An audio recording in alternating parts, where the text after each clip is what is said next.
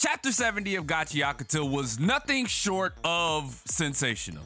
I'll just say it. ENJIN's speech hit in a way where I was just like, Jesus Christ. This is the true sign, wink wink, of a leader. Truth be told, this is something that everybody else has been waiting on, right? The moment that ENJIN does the ENJIN thing. But I think the meaning behind what ENJIN was saying was way deeper than I initially thought. Same with the crew, right? And same you actually getting in contact. You know, I always gotta say this, but it is always a wonderful experience when I get Samyu on panel.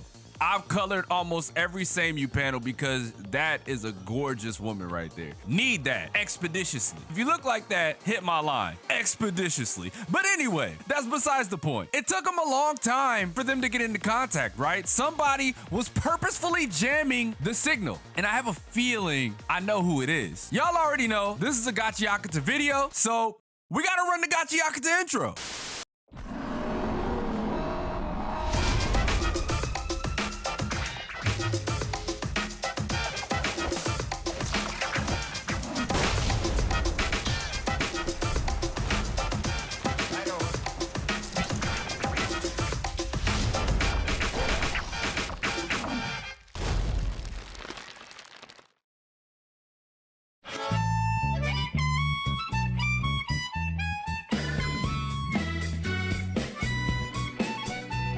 Now, let's actually break down what the hell happened this chapter and just how cool ENJIN is and just how pissed off Gris was. Jesus Christ, that last panel was something terrifying to look at. But anyway, obviously we start off where we left off last chapter, and that's with Bundus and the Santa Bros running into ENJIN and a dejected Fu down here on the ground still holding on to ENJIN's coattails, which is, you know, he reminds me of a baby Zonka, if that makes any sense to you guys. Bundus couldn't get it through his head why Fu didn't do anything.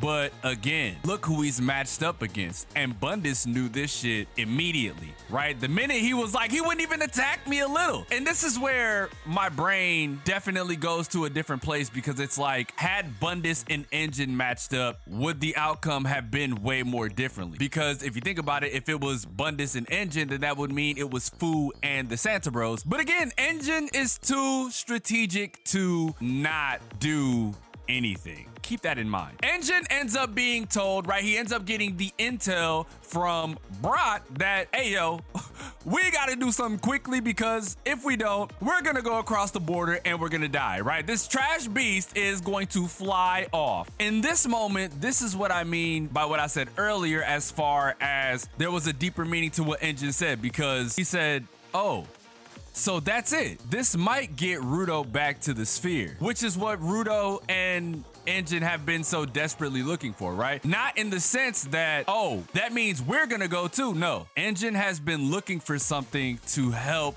Rudo get up there, and this is just another way that Rudo can get back to the sphere. Obviously, I've said it before, we're not going, right? We're not going to the sphere at all. It's not meant for the whole crew to go up there.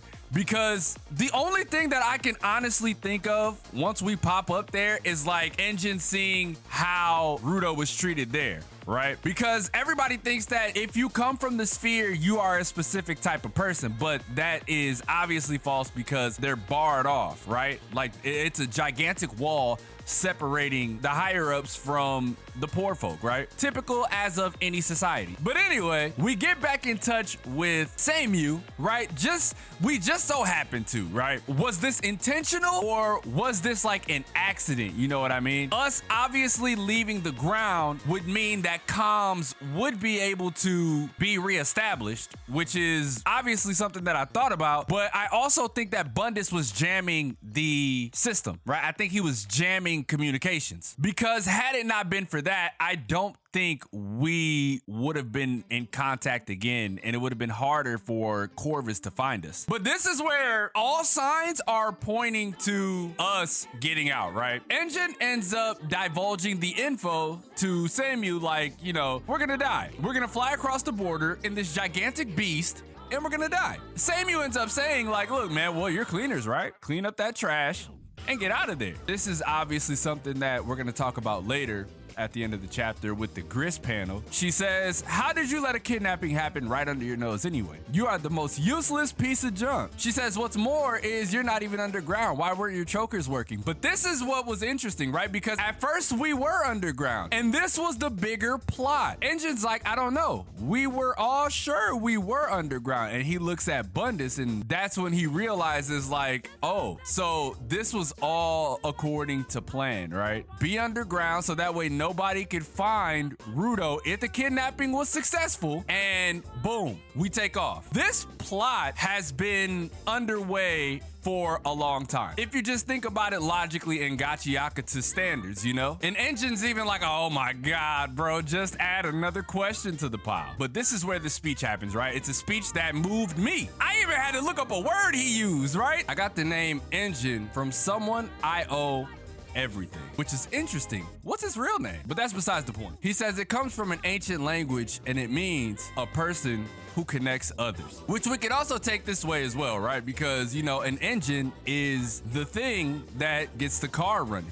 You know what I mean? It's the heart of the car, which is to say that, you know, Engine is the heart of the group. He is the thing that keeps people together. And this was hard, right? I colored this and I knew it was going to be hard from Jump Street. He said, I will be the banner, the ensign. I had to look up what ensign was, by the way, because I didn't even know what that was. I didn't even know like that was an actual thing. I thought it was made up for Gachiakuta, you know what I mean? So after I looked it up, it is a flag or standard, right? He wants to be the standard. He wants to be the banner, which, you know, you could also swap out for flag to bring everyone together. He wants to be the thing. And I was like, bro, that's hard. That's hard. I couldn't believe that. This is the thing that also caught my attention. He said, the thing about umbrellas is that they're easy to spot. Samyu goes on to say, fine, then I'll let you handle it, Engine. They're headed your way too. Thanks to your status report, we were able to pinpoint your location. The boss talked to his information broker. He got all the details we were missing. I think that cuts out the idea of Bundus being the information broker, because we still, if he talked to him, then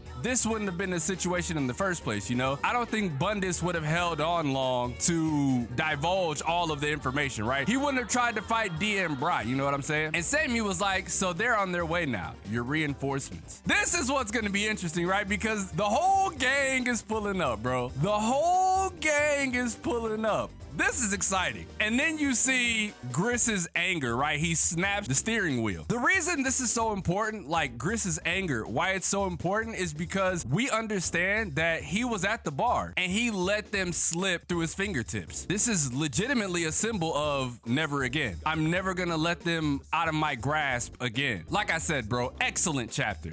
Excellent chapter, because to some this may seem a little dismal because it's like, what, there's nothing happening, but for those of us who have been reading and keeping up with Gachiakuta, this is super because the plot is super moving forward, right? I'm genuinely interested in what you guys have to say down below. Leave a like if you enjoy, subscribe if you're new. If y'all didn't know, comments are super important, right? Comments are hella important. That keeps us in the algorithm if you didn't know. It's interactions, right? Engagements, as you will. It's always fun to talk to you guys down there, you know? Or you can do that over at twitch.tv/DomoSenpai TV if you ever have any questions about anything that I do. I used to stream almost daily, but now it's every so often. But now that things are starting to like level out, I'm gonna get back to streaming on a consistent basis. So hopefully I'll see you guys there. With that being said, man, hopefully you guys enjoy the rest of your day, evening, night, morning, whatever it is, and I will catch you guys in the next one.